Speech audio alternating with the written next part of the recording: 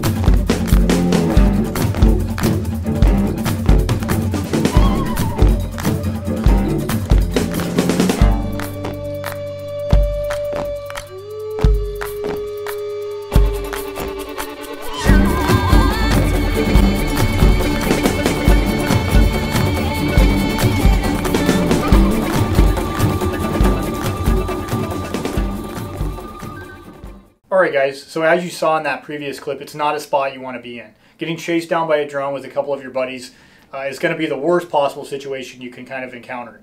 So the whole purpose of this video is what the average guy can do about drones. Whether you are the average guy or you're a guy in country and you're actually experiencing these things firsthand, the whole purpose of this video is to put as much knowledge and information for you and your group of buddies to kind of combat what's going on when we talk about dealing with these on the battlefield. If you're on social media, you're seeing all the different footage that's coming out of all the wars to the east. And with that being said, it's a lot of carnage, and there's not really a lot of information out there right now to teach us and show us what's going on with these things, especially when you talk about destroying them or neutralizing them or anything like that. So right now, me and Wes are out in the field. Let's take a look at what he has to say. Yeah, shotguns, duck hunting, wing shooting, you know, it's American pastime. A lot of us have experience doing that. A lot of households have a shotgun. Different loads. We've got bird shot, buck shot, you know, goose shot. What's effective? What's going to knock a drone out of the sky? So before we talk about destroying drones, we need to know basically what is a drone. You know, you guys may hear them called UAVs or a drone. All it is a small to medium-sized unmanned aerial vehicle. And there's two different ways those UAVs can kind of be controlled. Especially when we talk about in combat, as you guys are seeing over in the east. The first one being remotely controlled. So what that looks like is basically you have a guy or a group of people that are staging a drone in a specific location. It has to be very close to the target, you know, a couple of miles, I would say at least. And they're launching said drone, providing you know, the controls and all that type stuff within that specific range to that target before carrying out whatever mission they have. That's going to be the remote controlled variant. Now, the other option is autonomously flown. So whether it's back at the factory or at a house or at the base or whatever it is, the individual drone operator is programming said drone on his computer, and he's basically giving it a set list of things to do. So when he goes out to launch it, or they go out to launch it, it's launched. It's just as simple as that. The drone may hover around, do surveillance, whatever it needs to do, and they're able to leave said drone. It's a lot safer that way and whatnot. In this next clip, we're going to talk about the 4 basic types of drones, so let's get into it. First, we're going to have a single rotor. So a single rotor, that's kind of like your guys' old school RC helicopter types. It just has one rotor. It may be smaller, may not have as much power to carry a lot of different items, and they may not have as much range. You know, again, depending on the type of drone, that may vary. But for the most part, a single rotor is not going to be as good as the next one, which is a multi-rotor. Now, the multi-rotor is by far the most common drone that's going to be encountered. That's just like these DJIs that we've been using to film a lot of the content in this video. DJI has been a very popular brand, especially for the multi-rotor or quadcopter, as you guys will hear them called. And in this video, we're going to be talking mainly how to defeat the quadcopter, not any of these other ones. The next one after the multi-rotor, we have fixed wing. And fixed wing, just like it sounds, is like an airplane. Most fixed wings need to be launched at some way, shape, or form, whether that's thrown by an individual or they have some sort of launching device. And those are used primarily for longer range stuff. They're a lot higher in the air, and they're not able to maneuver as quick or as agile as the multi-rotor drone. The last one on here is classed as a hybrid or a VTOL, and they can do a variety of different things. VTOL meaning vertical takeoff. They can basically land or take off with little to no runway, but once they're in the sky, they're able to fly and provide a lot of the different mission sets that some of the fixed wing and the quadcopter or multi-rotor can do when we talk about the capabilities of a drone. After this, guys, we're going to go over a couple different ways drones are going to be used in a combat application, or just used in general when we talk about what's going on in those conflicts. So, two categories really. The first category being direct, second category being indirect. When we talk about direct, the terminology you guys will hear for this is kind of new, coming out right now, is an AVB IED, which is Aerial Vehicle Borne Improvised Explosive Device. And just like the RCXD in Call of Duty, where they strap that shit to a fucking remote control car, now they're strapping it to drones, and they're flying way faster, and they don't have to scale terrain like you do, and it's a lot harder to combat. So that's going to be called an AVB IED, or the kamikaze type drone. And those can be flown remotely or autonomously, whether some guy programs it to track a specific target, whether it's using AI. A lot of different drones right now, they're starting to integrate AI with them, and it's turning into some crazy iRobot type shit, where they're able to kind of think for themselves and actually carry out stuff without an actual operator. It's insane. The next one, though, we have is indirect. And indirect, that can be them loitering and dropping munitions, whether it's, you know, the trench warfare, they're clearing out trenches with different grenades or different munitions as they drop them onto guys' heads. And the tricky thing with that, like you guys saw in the video earlier, right, is as those guys are being chased by the drone, most times, depending on what the wind is doing and different environmental factors, you're not able to hear them, you know. And that's the other thing when we talk about indirect versus direct. Indirect can technically be more of a threat. Direct, you know, it's going to be coming at you pretty quick. You may not be able to get a shot off onto it or run away from it. But indirect, you know, you may not be able to hear it or see it, and now you have a grenade at your feet or on your vehicle or whatever the case is, and you're totally screwed. Another thing when we talk about indirect, though, is it can act as a reconnaissance asset or even in a surveillance role. Recon Serco, check us out. And that can be whether it's fixed wing or a quadcopter, just gathering intel. In some of the videos here you're seeing right now, there is basically a drone gathering grid coordinates, and it can be during the actual flight or afterward, whether you're downloading all the data and actually pulling it up on an editing software. That data can be basically pushed down the echelon to different commands or different batteries, whether it's artillery or something like that, to take out said targets. So that's another kind of thing we need to think about when combating drones, is if you do stay in a spot for, you know, a set period of time, you're now basically painting a target on your back or on your head, essentially, since they're above you. So yeah, that's kind of how they're being used. The next thing we're going to go over is basically the down and dirty, you know. How do we kind of combat drones? What are some countermeasures? And when we talk about countermeasures, there's three kind of things we can do, or three different ways to kind of counter and combat a drone. First one being physically destroying the drone. Second one, I can neutralize the drone. Or the last one, which is a little bit more uncommon, is actually taking over the drone through a means of electronic or other technology, right, as I kind of capture that drone and I'm able to fly it or control it myself. So we're going to talk about just physically destroying the drones and neutralizing the drones, and today we're going to be using a shotgun. Let's go back to those guys in the field and see what they're up to. Yep. Gosh. Alright, looks like they're busy shooting shit and practicing for these drones. So while we're waiting, we're going to go over some basic anatomy of a drone. So right here I have my multi-rotor or quadcopter drone.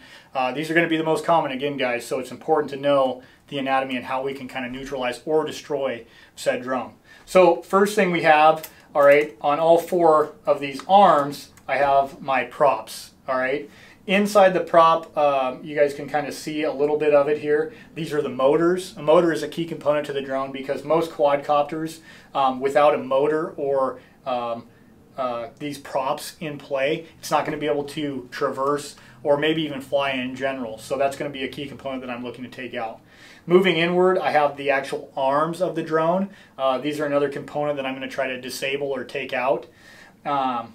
Next, I have the actual whole body of the drone. The whole thing kind of is made up of a chassis or a frame, but the body itself holds a lot of kind of key components. I have the actual battery back in here. A battery is something super important that I want to damage or destroy. Any of these little charging ports that I can get a BB through or a round through is totally going to destroy this drone completely. Again, taking out just one of the arms or the motors, these are able to be replaced, right, if the end user or the bad guy is able to recover said drone, so keep that in mind. Next thing we have, if we roll it over, I have a lot of little sensors underneath the drone. This is going to be mainly used for landing or controlling that drone, whether it's flying autonomously.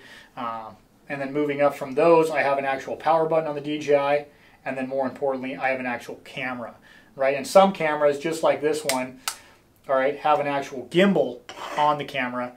And most drones, whether they're a cheap drone or an expensive drone, have a good camera, whether it's 720p or greater. You know, 1080, they're HD cameras, or even 4K cameras. And that camera is able to provide actual live feedback to the operator via, you know, a cell phone and a Wi-Fi connection and that type of stuff. On the fancier drones even, they have thermal cameras. So this clip right now, we're going to cut to this clip. You guys can kind of see some foliage as it's flying over. This drone actually has a thermal camera. And in this vegetation right now, you cannot see them, but there's a couple deer bedded down, right? And as soon as that thermal overlay is clicked on that drone, they stick out like a sore thumb. This is another thing you guys need to worry about combating, depending on the capabilities of the actual opposition force that you're going up against, if you are in country. Thermal's pretty hard to defeat, and it's pretty damn hard to hide from. But coming back to here, we'll talk a little bit more about the drone. Another thing, we talk about just kind of the main body right in here. I have basically the radio frequency transmitter and receiver, so that's going to be controlling my connection to and from the operator or to and from my antenna if I'm flying it autonomously. That's something we may be able to kind of emulate or spoof and take control of this drone, and that'll be stuff covered in a more advanced video in the future. But yeah, I got that type of stuff. One last thing that's kind of critical to think about, I have the control station. It's just in here. That's going to be basically doing all the function, directional type stuff as it flies through the sky and as the camera sends data back to that operator. But other than that, guys, that's kind of the basic parts of your drone. Let's go back and see what those guys are up to in the field. All right, guys, shooting 2 3/4 double-aught buckshot, pretty typical for a home defense and combat loadout. This is a 18.5-inch shotgun, very typical of what you see in every household and a lot of law enforcement and military agencies. We're going to see what it does against the drone.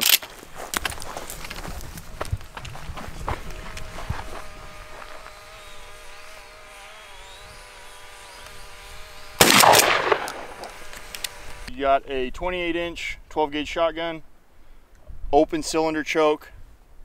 We're shooting Winchester Expert BB 3-inch.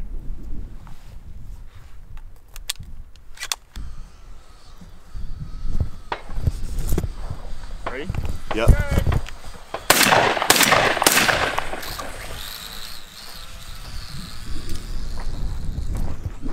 Fucking going over the ridge, dude. Yeah, that thing. See where it is. It's fucking gone. This is a TS-12 tactical shotgun. I'm shooting a 8-shot from it.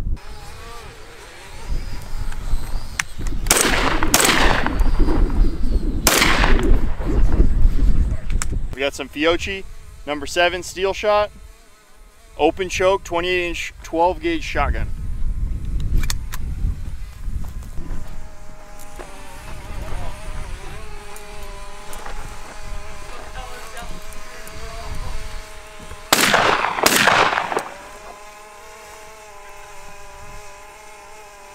Got it.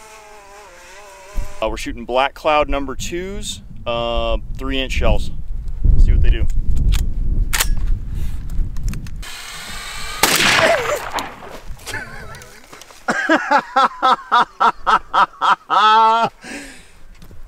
You will kill. All right, guys, so we got some shot drones. We shot them with a variety of different shotguns, different chokes, different barrel lengths, different loads.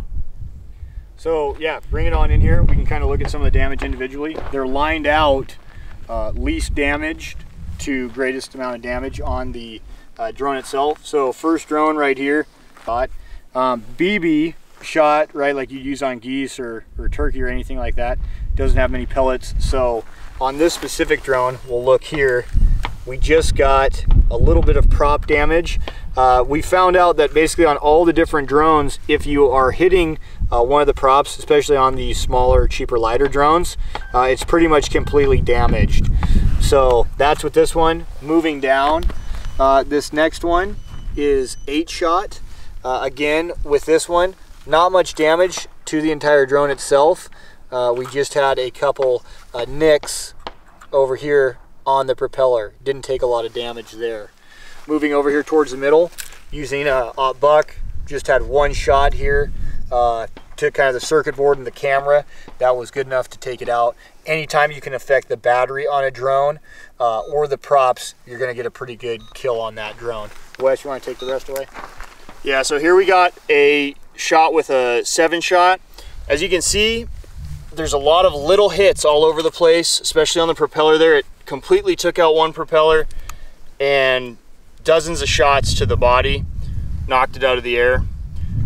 Next, over here, this one was a 3-inch shell. As you'll see, got a little close, completely wiped it out. And then over here, this is a 7-shot. Again, that density just completely ripped the drone in half, completely disabling it.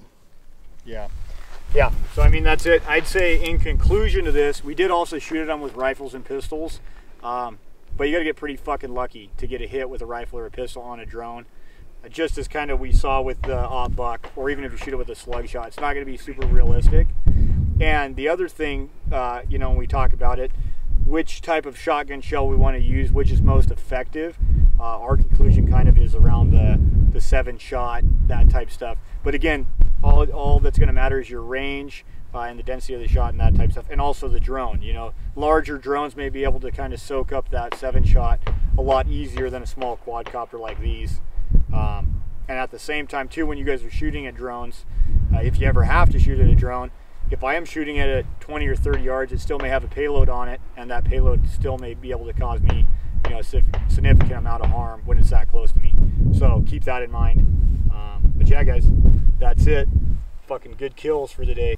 All right, guys, that was Drone Busters. Let us know if you got drones on you. Are you totally fucked, or can you take them out?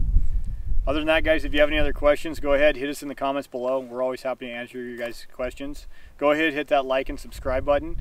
And if you guys haven't already, check us out on Patreon. We're going to start getting that thing back up and running. We have a bunch of new cool videos and content coming this year from both the tactical and technical side of the house, and especially some stuff from Low Signature. And last thing, go ahead, check out ReconCirco.com. It's what keeps this shit kind of rolling, keeps us able to buy drones and ammo and all that type of stuff. Other than that, guys, that's it. Stay lethal. Peace.